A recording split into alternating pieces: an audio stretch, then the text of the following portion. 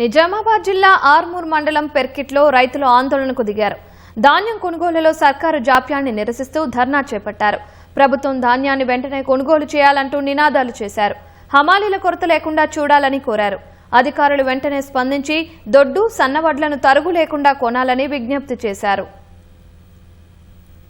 ఈ రైతు ప్రభుత్వం అని చెప్పుకునే రేవంత్ రెడ్డి ప్రభుత్వం ఇవాళ రైతులకు ఇంత బాధలైనా గానీ ఏనాడు ఒక రోజు స్పందించడం లేదు. ఎందుకంటే ఇక్కడ వరి కోతలకు వచ్చి 20 రోజులు అవుతుంది. ఇది వరకు ఒక క్వింటాల్ బస్తా పెరికెట్ సొసైటీ పరిధిలో ఇవ్వలేదు. ఇదే ఆర్మూర్ గడ్డ మీద ఆనాడు పిసిసి అధ్యక్షుడిగా వచ్చి నేను బోనస్ వరికి పంటకు 500 ఇస్తానని ప్రకటించారు. ఇవాళ ఉన్న పంటకు మద్దతు ధరతో కొనమన్నా గానీ ఇవాళ కొనే పరిస్థితి లేదు. రైతును ఆదుకునే పరిస్థితి లేదు. ఇప్పటికైనా స్పందించి స్థానిక నాయకులు గానీ స్థానిక అధికారులు గానీ ధాన్యం లేపాలని మేము ఆ పెరికెట్ రైతులు డిమాండ్ చేస్తున్నాం. ఒకవేళ ఇలా స్పందించకపోతే ఇంకో 4 రోజుల తర్వాత హైవేనే దిగ్బంధం చేస్తాం. గతంలో ఇప్పుడు కోతలు చాలా పెద్ద ఎత్తున జరిగినాయి. రోడ్లపైన ఎక్కడెక్కడ ధాన్యం కుప్పలు పోవడం జరిగింది. ఈ అకాల వర్షాలు పడి రైతులు నానా విధాలుగా నష్టపోతా ఉన్నారు. ఇప్పటికైనా అధికారులు కళ్ళు తెరిచి దీని మీద ఒక దృష్టి సారించి వెంటనే లారీలను పంపించి తూకాలు వేయించి రైతులను సత్వరమే వారికి న్యాయం జరిగేలా చూడాలని చెప్పేసి కోరుతా ఉన్నాం. ఇప్పటి వరకు ఒక్క కుప్ప జోకింది లేదు, ఒక్క బస్తా పోయింది లేదు.